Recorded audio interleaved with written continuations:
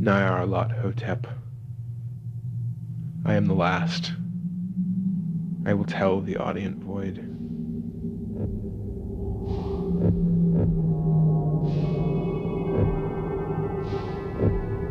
I do not recall distinctly when it began, but it was months ago.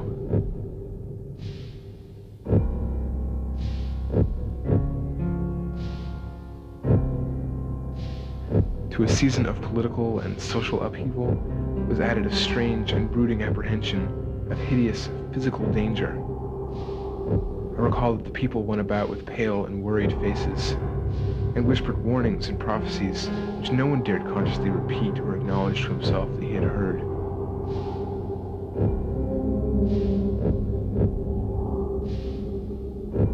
A sense of monstrous guilt was upon the land, and out of the abysses between the stars swept chill currents that made men shiver in dark and lonely places. There was a demonic alteration in the sequence of the seasons. The autumn heat lingered fearsomely, and everyone felt that the world, and perhaps the universe, had passed from the control of known gods to that of gods or forces which were unknown.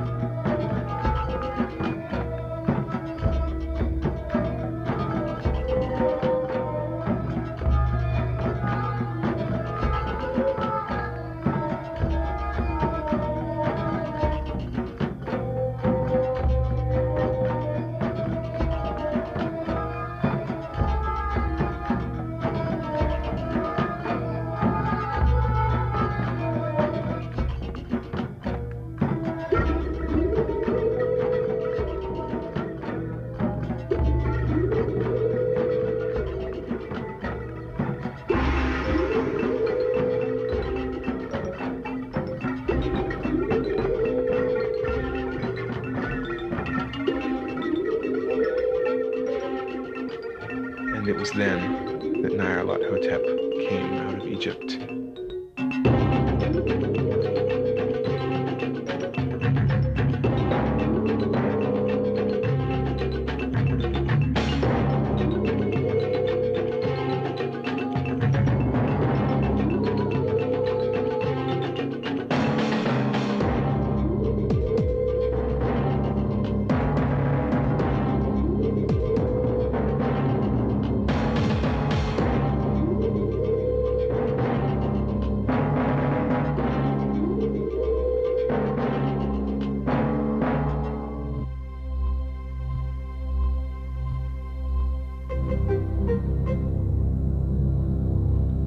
Into the lands of civilization came Nyarlathotep.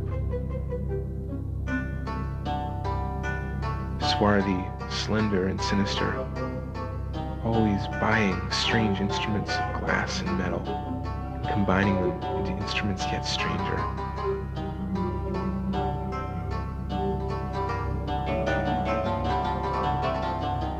He gave exhibitions of power which sent his spectators away speechless, yet which swelled his fame to exceeding magnitude.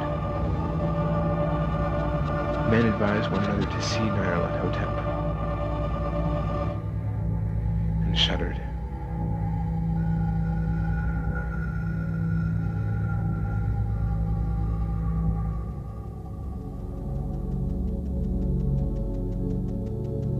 And where Nyarlathotep went, rest vanished, for the small hours were rent with the screams of nightmare.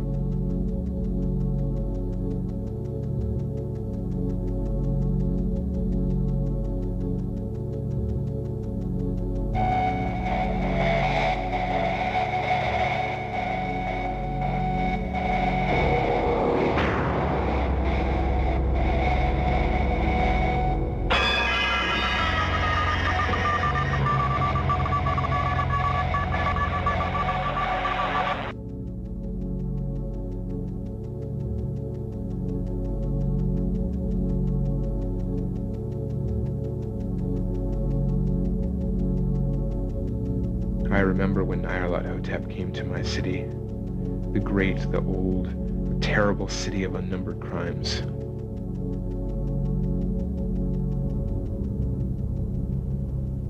My friend had told me of him and of the impelling fascination and allurement of his revelations.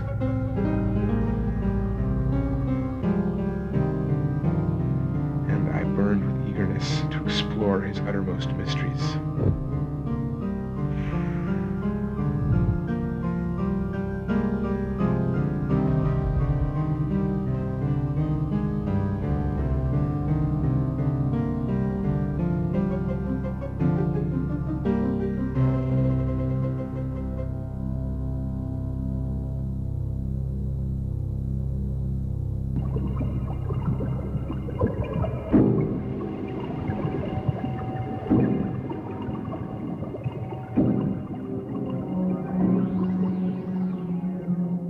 My friends said they were horrible and impressive, beyond the most fevered imaginings, and what was thrown on a screen in the darkened room prophesied things none but Nyarlathotep dared prophesy.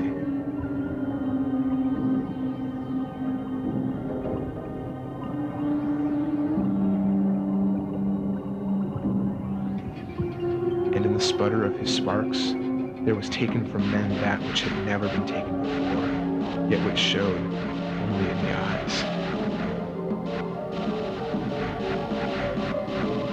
And I heard it hinted abroad that those who knew Nyarlathotep looked on sights which others saw not.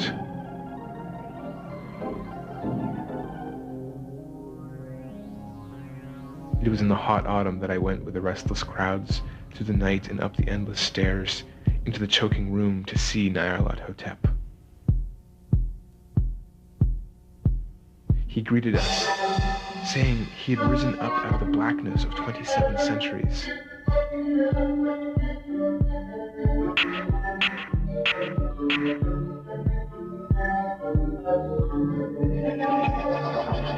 And that he had heard messages from places not on this planet.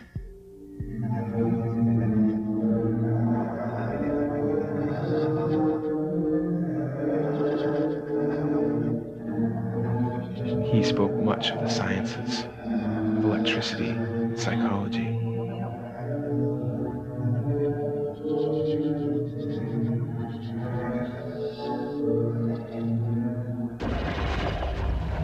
Then, shattered on a screen, I saw hooded forms amidst ruins and evil faces peering from behind fallen monuments. I saw the world battling against blackness, against the waves of destruction from ultimate space. Then the sparks played amazingly around the heads of the spectators. And when I, who was colder and more scientific than the rest, mumbled a trembling protest about imposture and static electricity, Nyarlathotep drove us all out. Down the dizzy stairs into the damp, hot, deserted midnight streets.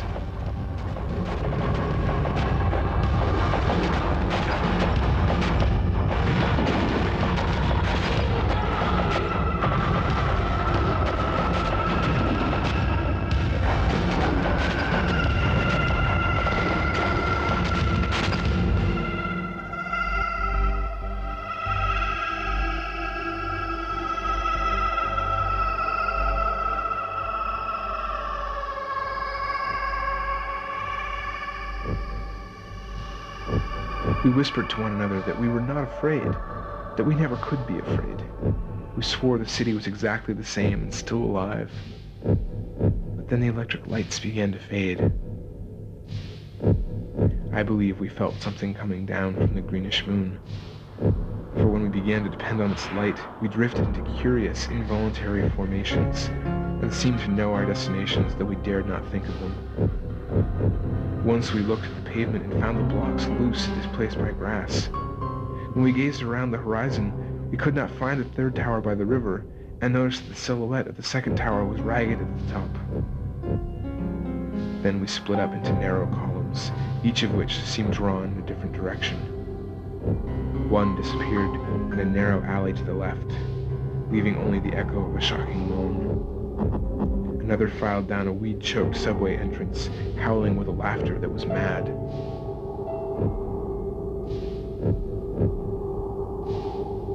My own column was sucked toward the open country, and presently I felt a chill which was not of the hot autumn, for as we stalked out on the dark moor, we beheld around us the hellish moon glitter of evil snows.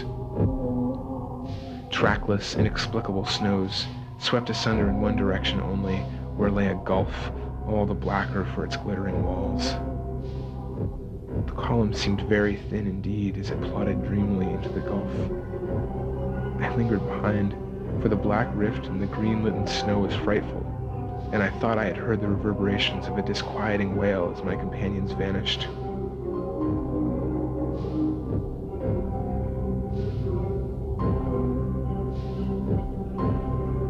But my powers to linger were slight. As if beckoned by those who had gone before, I half floated, quivering and afraid, into the sightless vortex of the unimaginable.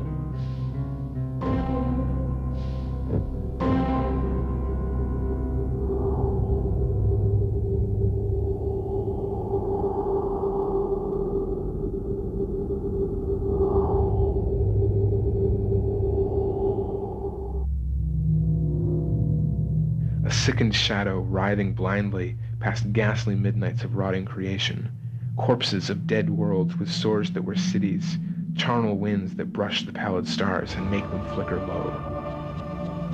Through this revolving graveyard of the universe comes the muffled beating of drums and the thin whine of blasphemous flutes from unlighted chambers beyond time, the detestable pounding and piping whereunto dance slowly and absurdly the tenebrous ultimate gods, the blind, mindless gargoyles whose soul is Nyarlathotep.